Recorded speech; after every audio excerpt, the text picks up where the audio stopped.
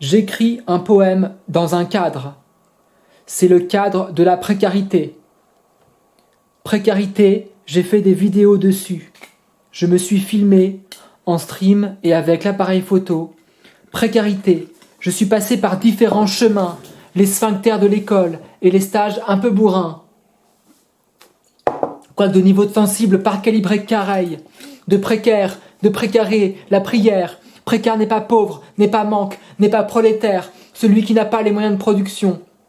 Précaire est celui qui prie. Je crois que précaire est celui qui ne croit plus. Et c'est ce que je choisis de croire pour l'instant. Je ne crois plus, en tout cas je ne crois pas autant que mes parents, pas autant que ceux qui y croient. Moi je crois que je n'y crois plus vraiment et que cela fait longtemps que je n'ai plus envie d'y croire. Croire qu'il est normal d'être pauvre, qu'il est normal d'être riche. Je ne suis pas précaire, je suis précarisé car en me privant de la possibilité de participer à la communauté des croyants, on m'a autorisé à croire en autre chose, à ce monde nouveau que les promesses hypocrites en haut de l'église laïque ont affiché sur des 4x3. Et dans les livres et les expériences intérieures, j'ai exploré des chemins cachés.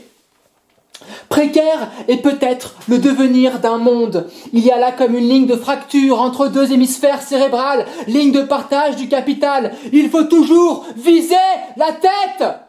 La tête est une partie du corps, mais le corps avance sans la tête. La 5e chakra est au milieu, tourne pour trouver l'axe entre les deux. La catastrophe axiologique est le décalage. Retour de trauma. C'est la terre de la langue qui change l'ordre des mots. Langage crypté, cryptopartie et cryptopoïèse. Le langage est écrit dans la langue des oiseaux. Si ça se trouve, on ne lit plus pareil.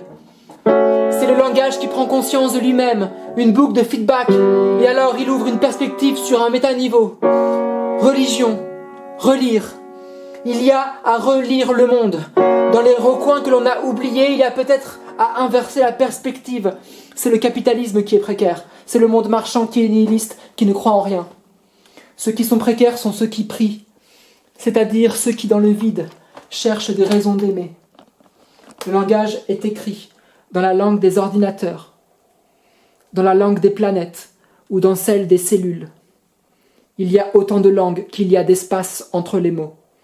L'argent est la langue de ceux qui ne savent compter que jusqu'à l'infini, et pour ceux que ça ennuie, on peut toujours changer de topologie.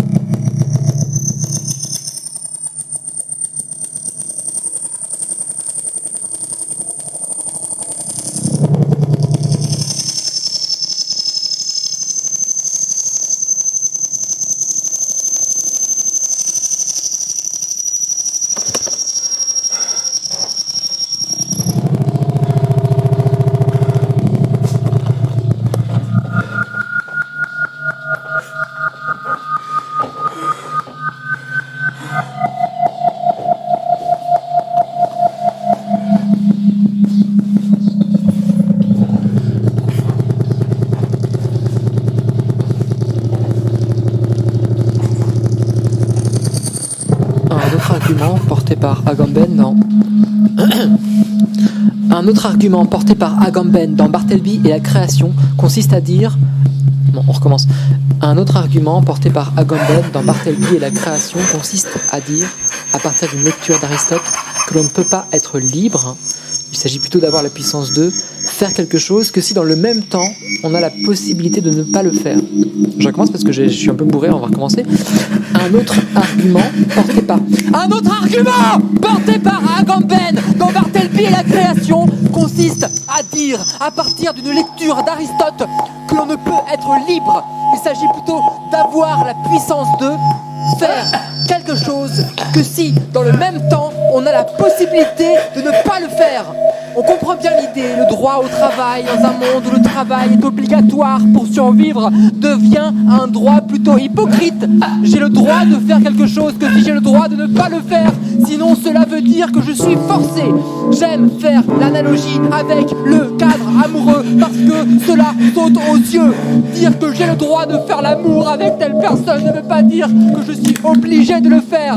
Le droit de faire l'amour n'est rendu désirable que si j'ai la possibilité de refuser. En d'autres termes, le consentement, c'est quand on a le choix d'accepter ou de refuser ce qu'on nous propose.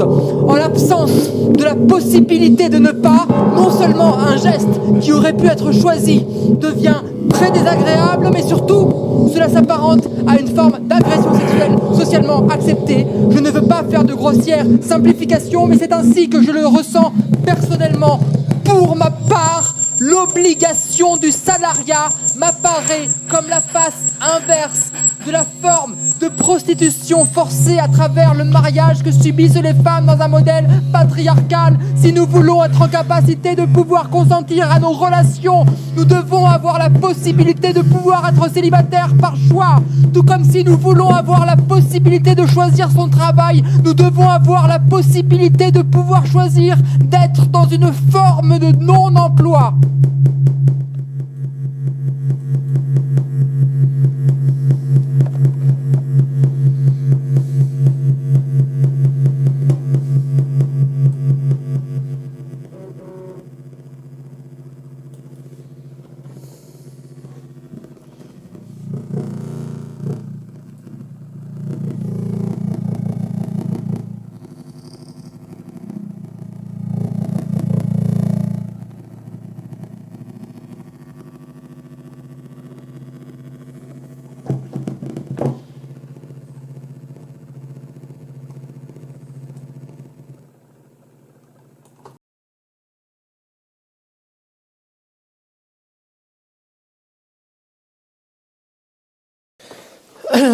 Bon, je fais donc ce montage là. Je fais donc ce montage. Je fais donc ce montage et je fais ce montage et je fais ce montage et je fais ce montage. Je fais ce montage.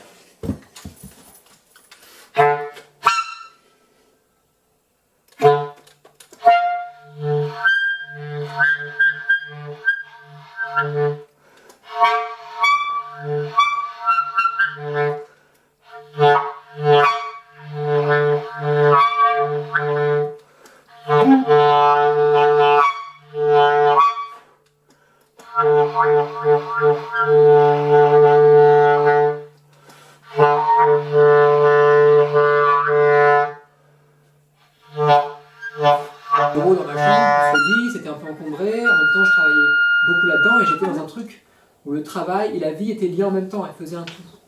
Et en même temps c'était aussi... je fais ce montage et ce montage, je fais ce montage et en fait c'est une performance qui se filme en même temps qu'elle se monte, en même temps qu'elle se filme. Je filme, je mets les vidéos sur l'ordinateur et je monte. Et ça boucle, comme ça boucle et ça fait le montage, c'est la performance aussi. C'est la performance. Et là, j'ai mal dans le dos, j'ai mal dans le corps, j'avais mal aux pieds, j'ai mal dans le dos. Les choses sont là. Et tout à l'heure, donc là, j'ai parlé dans la vidéo, j'ai parlé et je parlais du travail et du consentement, de la prostitution, comme ça. Et que, en fait, je me sens un peu coupable de parler de ça parce que une fois, j'avais fait il y avait une manifestation contre le travail. Il y avait Manuel Valls qui était là, enfin il n'était pas là, mais c'était contre Manuel Valls, contre le travail, et j'avais fait un tract, et j'avais essayé de comparer le travail à une agression sexuelle. Et en fait, je l'avais montré à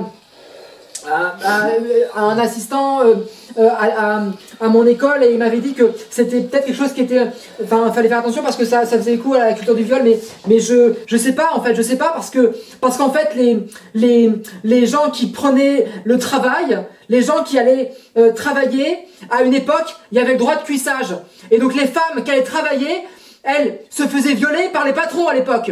C'était ça à l'époque. C'était ça à l'époque.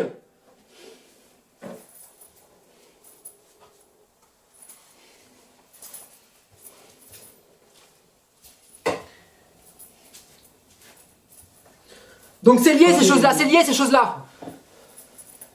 Cet été, j'ai commencé à écrire aussi. Démarrer une sorte d'écriture. Il y a eu comme ça un sorte de mouvement. Et là c'est dur, je travaille un truc qui est dur, qui est violent, là, qui est violent, qui est dur, qui est dur, qui est violent, là, qui est dur. Quand est-ce que le film, quand est-ce que l'écrit se finit? À quel moment j'écris le dernier mot? À quel moment je me dis bah là c'est bon, c'est fini. C'est comme si j'étais. Et j'ai cassé des œufs, et je n'ai pas compris pourquoi j'ai cassé les œufs. J'avais des œufs qui étaient à côté, je les ai cassés comme ça, cassés sur le plan de travail, et je sais pas pourquoi j'ai fait ça. Je sais pas pourquoi j'ai cassé les œufs. Pourquoi j'ai cassé les œufs? Mon ordi, et puis je m'étais inscrit pour avoir accès à l'intelligence artificielle ChatGPT, enfin c'était GPT-3 à ce moment-là. Et quand j'ai eu accès à la bêta de ChatGPT, enfin de GPT-3 du coup, j'étais en train, en partance pour Paris.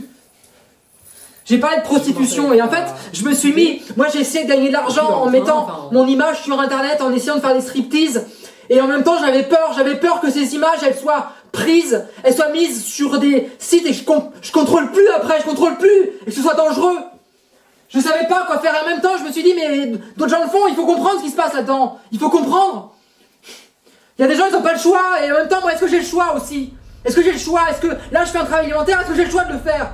Est-ce que j'ai le choix de le faire? Est-ce que je le fais parce que c'est une sorte d'exploration artistique, sociologique de quelque chose? Ou est-ce que c'est parce que j'ai pas le choix de le faire? Et c'est les deux, en même temps j'ai pas le choix, en même temps il faut bien que je fasse quelque chose.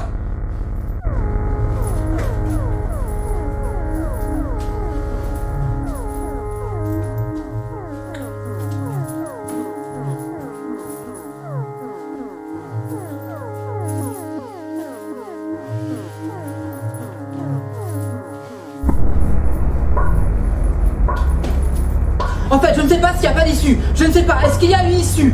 Est-ce qu'il y a une issue? Est-ce que le réel est tel que l'est? Est-ce que le réel est dans une espèce de consistance comme ça? Une consistance de quelque chose?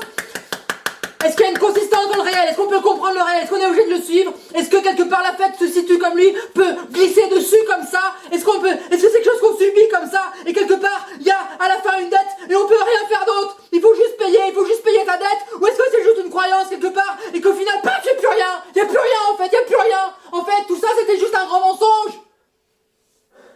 Est-ce que tout ça c'est juste un grand mensonge? Est-ce que c'est juste comme ça, paf, vous pouvez croire quelque chose en fait, il n'y a rien?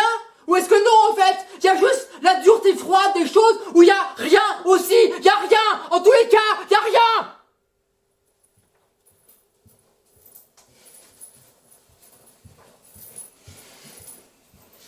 Il est minuit 38.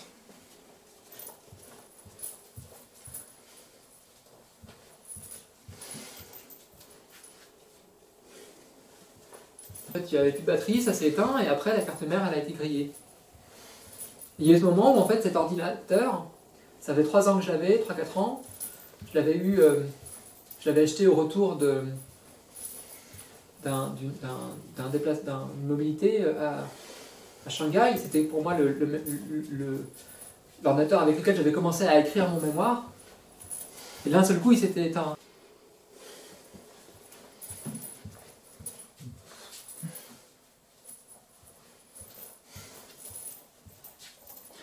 Et après ils nous disent, c'est vous les artistes, c'est à vous d'inventer le réel, c'est à vous de comprendre les images. Ils vous disent, c'est vous les artistes, c'est vous les artistes. C'est vous les artistes, et en fait, on détruit tout. Puis après on dit, mais voilà, vous n'avez plus qu'à construire maintenant. C'est facile, vous voyez, c'est facile.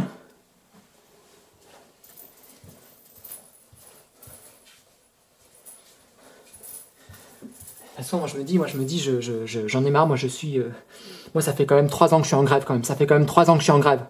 Ça fait 3 ans que je suis en grève, je m'en fiche, moi j'ai fait mon université, hein, c'est bon, hein, je veux dire, j'ai fait mon université, j'ai fait mon doctorat, ça continue, j'irai en post-doctorat, voilà, je m'en fiche, moi je m'en fiche, je veux dire, je fais pas ça pour vous en fait, hein, je veux dire, moi je fais ça pour les oiseaux, hein, les oiseaux ils ont un peu plus d'honneur, je veux dire, les humains ça va quoi, les humains ça va 2 minutes, les humains, parce qu'en fait les humains ils disent on travaille, et non en fait ils ne travaillent pas, ils ne font que de l'emploi ces gens-là ne font que de l'emploi, ils nous parlent de plein emploi mais il n'y a pas de travail, ils font le plein emploi mais il n'y a pas de travail, bon ça va, hein, oh ça va, c'est bon, on connaît, c'est bon, hein, oui, c'est bon, on connaît, hein, ça va.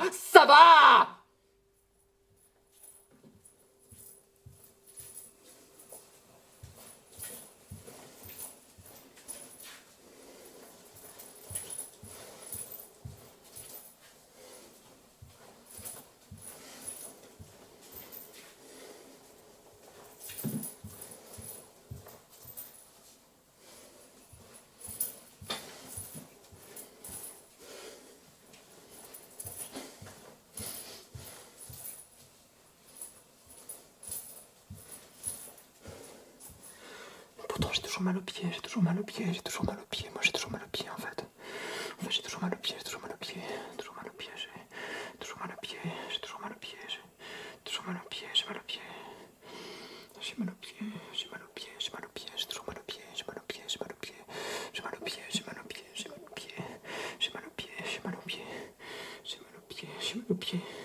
J'ai mal aux pieds, j'ai mal aux pieds, j'ai mal aux pieds, j'ai mal aux pieds, j'ai mal aux pieds, j'ai mal aux pieds, et j'ai peur de l'extrême droite. Je vais manger du chorizo. Le chorizo est une préparation à base d'animaux. Et la question c'est, est-ce que les animaux ont suffisamment travaillé? Est-ce que être tué par des humains et être mis en petits bouts comme ça, dans des conditions atroces, est-ce que c'est un travail ou est-ce que c'est autre chose? Est-ce qu'on peut considérer que l'animal travaille? Est-ce que faire de la charcuterie comme ça, être transformé en charcuterie, est-ce que c'est un travail? C'est une question intéressante. On pourrait se poser aussi, est-ce que c'est un travail ou est-ce que c'est un emploi? Parce que finalement, le animal se fait exploiter.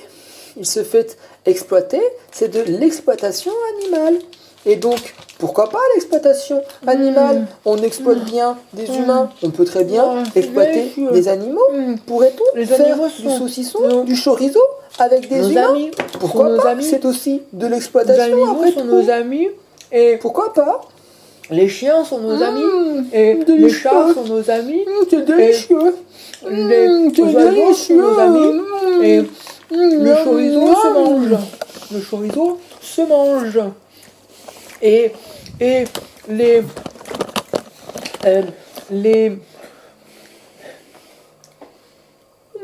les travailleurs travaillent. Et les amis sont nos amis. C'est délicieux. Et il y a des gens qui sont des amis et il y a des gens qui travaillent. Et il y a des animaux qui sont faits pour être mangés et il y a des animaux qui sont faits pour qu'on les caresse. Il y a des animaux qui sont faits pour qu'on les caresse. C'est délicieux. Et il y en a qui sont faits pour qu'on les mange. C'est ça, c'est ça. C'est la loi qui est comme ça. C'est la loi qui est comme ça, c'est la loi qui a dit ça, c'est la loi qui a dit ça. C'est la loi, c'est la loi, c'est la loi, c'est la loi, c'est la loi, c'est la loi, c'est la loi, c'est la loi, c'est la loi, loi, loi, loi, loi, loi,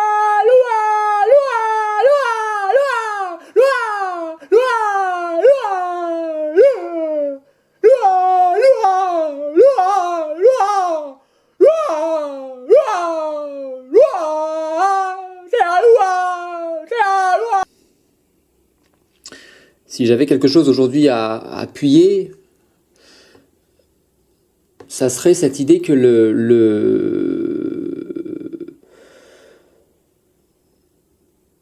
les repères historiques qui nous permettent de nommer l'art, ou ce qui est nommé comme tel aujourd'hui, sont aussi intimement liés à un espace académique et universitaire qui tendent à rapprocher deux perspectives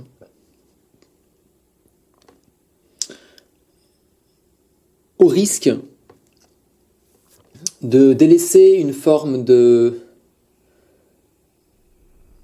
déstructuration, de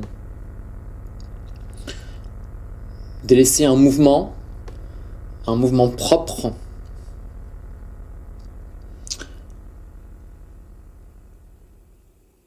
à l'art et à la question de son autonomie.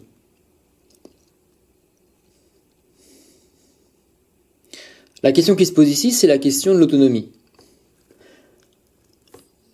De l'autonomie de l'art dans un monde de valorisation.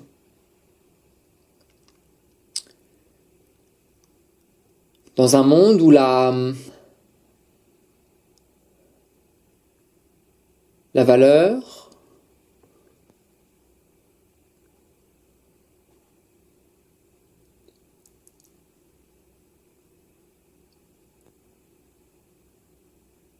entretient une forme hégémonique à la fois au niveau de la parole,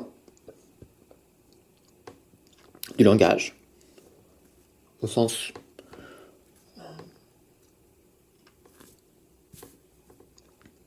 du langage qu'on parle, qu'on dit, qu'on écrit, bien sûr.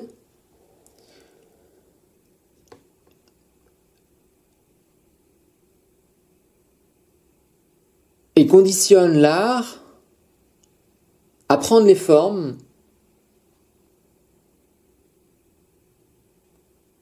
que l'institution veut lui donner.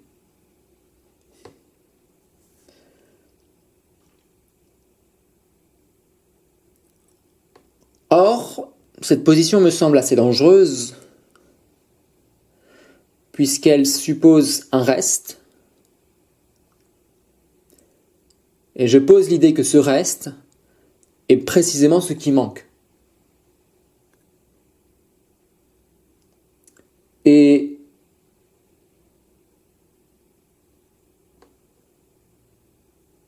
en même temps, ce qui manque offre un renversement de la perspective,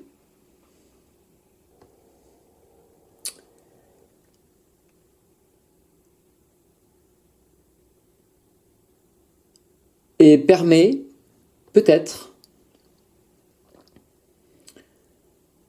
par différenciation avec ces nouveaux modèles académiques qui apparaissent et dont il s'agit aussi de faire la définition, le travail d'analyse pour en définir les contours.